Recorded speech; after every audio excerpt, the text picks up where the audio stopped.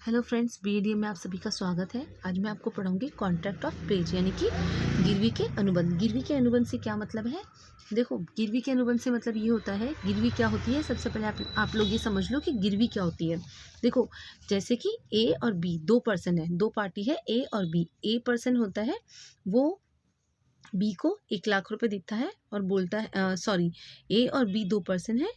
B है, उसने ए से 1 लाख रुपए दिए और उसको कहा कि तुम मुझे 1 लाख रुपए दे दो और मैं तुम्हें 1 मंथ के अंदर अंदर तुम्हारा 1 लाख रुपए तुम्हें चुका दूंगा, यानी कि तुम्हें वापस कर दूंगा। अब सपोज करो ए है, ए कैसे देगा उसको 1 लाख रुपए? तो वो क्या बोलेगा कि ठीक है, मैं तुम्हें दे देता हूँ, बट श्योरिटी के लिए तुम मुझे कुछ पैसे, कुछ अपना सामान दो, जिससे मुझे ये यकीन हो जाए कि तुम मेरा पेमेंट है वो दे दोगे। तब इसमें ये क्या होता है कि बी अपनी बाइक को ए को दे देता है श्योरिटी के रूप में। तो देखो पर्सन जो ये बाइक इसके पास रखवा रहा है ना, इसको बोल, ये जो बाइक उसको परफॉर्मेंस को फुलफिल करने के लिए जो श्योरिटी रखवा रहा है ना, उसको बोलते हैं गिरवी यानी कि प्लेज। क्लियर है? अब देखो, इसमें दो पर्सन होते हैं गिरवी के अनुबंध में। एक होता है पाउनर, एक होता है पाउनी। ठीक है, एक कौन होता है? एक होता है पाउनर, एक होता है पाउनर, एक होता है पाउनी। पाउनर को बोलते हैं हिंदी में गिरवी करता, पाउनी को हिंदी में बोलते हैं गिरवी ग्राही। देखो, पाउनर एक ऐसा पर्सन होता है जो गिरवी देता है। ठीक है, और पाउनी यानी कि पाउनी कौन होता है?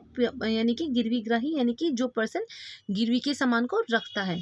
अब देखो, ए और बी, इन दोनों में से ए ने बी को 1 लाख रुपए दिया और श्योरिटी के रूप में बी ने ए को अपनी बाइक दी कि जैसे ही मैं अपना कॉन्ट्रैक्ट फुलफिल कर लूंगा, तुम्हें 1 लाख रुपए देके अपनी बाइक को मैं वापस ले लूंगा। तो गिरवी के लिए इसने क्या दी? अपनी बाइक दी। तो ठीक है, अब देखो, ए तो कौन हो गया? जो दे रहा है ना? देने वाला तो कौन हो गया? पाउनर। और लेने वाला कौन हो गया? पाउनी। यानी दे कौन रहा है? गिरवी कौन दे रहा है? बी दे रहा है ना। यहाँ बी तो दे रहा है, बी ने 1 लाख के बदले में अपनी बाइक दी ना। तो देने वाला हो गया पाउनर यानी कि गिरवी करता, और लेने वाला यानी कि जो बाइक को ले रहा है पैसों के बदले, वो हो गया पाउनी यानी कि गिरवी ग्राही। ठीक है, यहाँ तक आपको क्लियर हो गया? अब देखो हम क्या पढ़ेंगे, अब इसके बाद में हम देखेंगे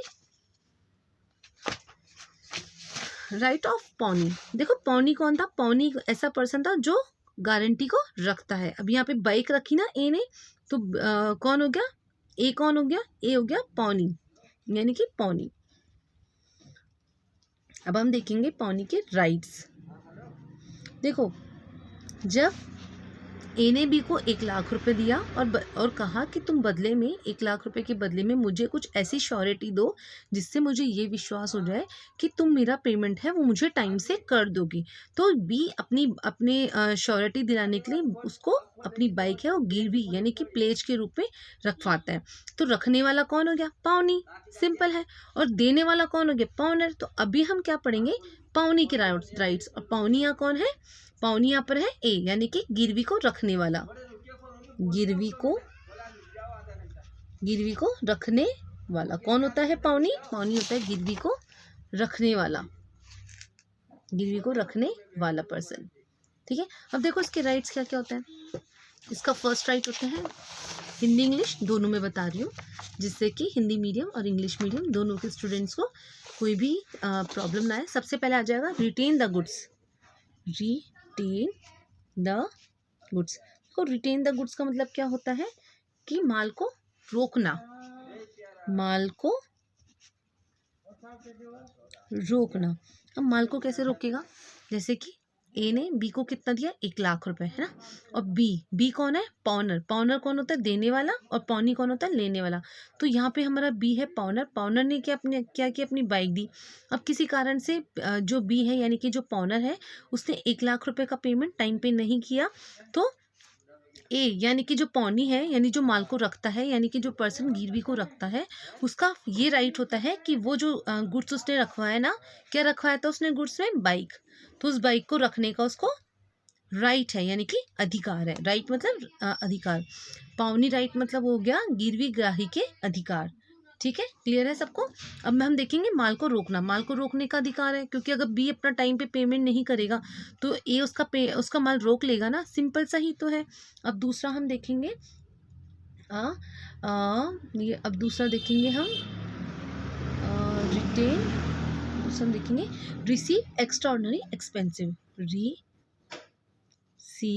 एक्स्ट्रा ऑर्डिनरी एक्सपेंसेस, यानी कि एक्स्ट्राऑर्डिनरी एक्सपेंसेस कौन से हो गए कि यानी कि जो असाधारण व्यय होते हैं, असाधारण खर्चे, असाधारण व्यय। देखो कोई भी अगर असाधारण व्यय यानी कि असाधारण खर्चे कैसे हो जाएंगे कि सपोज करो पाउनर है, ठीक है। अब जैसे ए कौन था, ए था हमारा पाउनी यानी कि जिसने गिरवी रखी, ए कौन था, पाउनर यानी जिसने कि गिरवी दी। अब देखो किसी कारण से बी की वजह से ए को, है ना, जैसे 1 लाख रुपए के लिए बोला था कि 1 मंथ के अंदर अंदर तो मुझे 1 लाख रुपए का पेमेंट कर देना। अब किसी कारण से सपोज करो बी ने इसको टाइम पे पेमेंट नहीं किया ए को, तो ए को भी 1 लाख रुपए किसी दूसरे पर्सन को टाइम पे देना था। अब सपोज करो टाइम पे नहीं दे पाया और नहीं देने के कारण ए की कोई पेनल्टी लग गई, यानी कि उसका कोई एक्स्ट्रा खर्चा हो गया।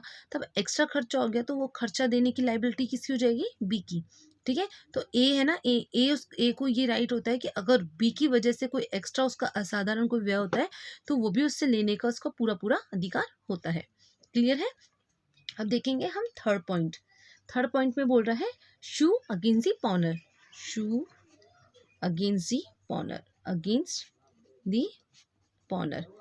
देखो अभी क्या बोल रहा है, यानी कि वाद प्रस्तुत करने का अधिकार, वाद प्रस्तुत करने का अधिकार, करने का अधिकार। अब कैसे अधिकार होगा, देखो जैसे कि ए कौन है, पाउनी, और बी कौन है, पाउनर। यानी जब बी अपना कोई भी पेमेंट है यानी 1 लाख का पेमेंट इसको नहीं देगा, ए को यानी कि पाउनी को नहीं देगा, तब क्या होगा, इस कंडीशन में ए को पूरा अधिकार है ना कि वो बी के ऊपर केस कर दे। कैसे केस, अगर वो पेमेंट नहीं देगा तो उसको केस करने का पूरा पूरा अधिकार दिया हुआ है ना। तो ये भी इसका अधिकार हो गया कि वो उसके ऊपर वाद भी प्रस्तुत कर सकता है, यानी शू अगेंस्ट द पाउनर, पाउनर के खिलाफ वो जाके केस कर सकता है।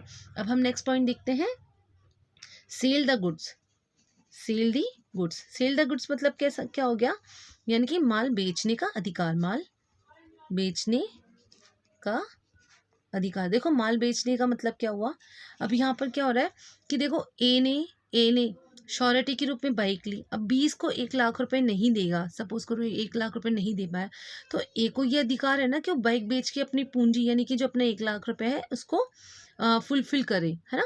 तो माल बेचने का अधिकार है। अगर ये पेमेंट नहीं करता है तो इस कंडीशन में इसको माल बेचने का अधिकार है। क्लियर है ये वाला पॉइंट। अब नेक्स्ट पॉइंट देखते हैं, to recover the balance, to recover the balance, शेष राशि प्राप्त करने का अधिकार, शेष राशि प्राप्त करने का अधिकार। देखो शेष राशि क्या होता है, शेष राशि होती है कि 1 लाख रुपए ए ने बी को कितने दिए थे, 1 लाख रुपए, है ना।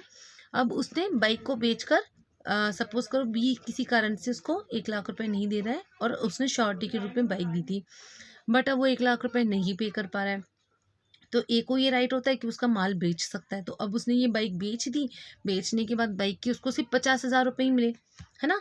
तो ए 50,000 रुपये माइनस 1 लाख कर दो तो कितना बचा, बचा 50,000 रुपये। तो ये जो बचा हुआ अमाउंट है ना, यानी कि रिकवर द बैलेंस, जो बैलेंस बच गया ना उसको भी रिकवर करने का राइट होता है पाउनी को। ये क्लियर है आपको पांचों पॉइंट, ठीक है। तो ये सारे जितने भी हमने पांचों पॉइंट्स पढ़े, ये सारे पॉइंट्स होते हैं, ये सारे राइट्स होते हैं पाउनी के। इसके अलावा जैसे इंटरेस्ट हो गया, कुछ भी इंटरेस्ट भी हम इससे रिकवर कर सकते हैं कि अगर ये अपने जो देखो एक और देख लो, रिकवर इंटरेस्ट, एक ये भी अच्छा पॉइंट है, यानी कि ब्याज को वसूलने का अधिकार, वसूलने का अधिकार। देखो पाउनर है, उसने किसी मंथ की यानी पर्टिकुलर टाइम के लिए बोला कि 1 महीने के अंदर अंदर तुम मुझे 1 लाख रुपए दे दो। अगर किसी का, और अगर तुम नहीं देते हो तो तुम्हारा अगले महीने से 10% है वो इंटरेस्ट यानी कि ब्याज लगना लग जाएगा, ब्याज लगने लग जाएगा। अब है पाउनर, यानी कि पाउनर है, उसने पाउनी को अपना पेमेंट नहीं किया तो उसके ऊपर ब्याज लगना चालू हो जाएगा।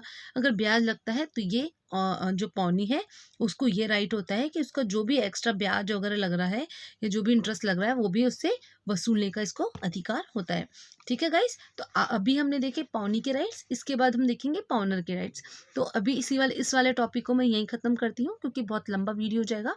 अगर आपको मेरा चैनल पसंद आया और आपको मेरा पढ़ाया हुआ पसंद आ रहा है तो प्लीज़ मेरे चैनल को लाइक एंड सब्सक्राइब कीजिए ताकि मैं मोटिवेट हूँ और आपको बहुत अच्छे अच्छे नए नए वीडियोज़ बनाऊँ। Thank you so much.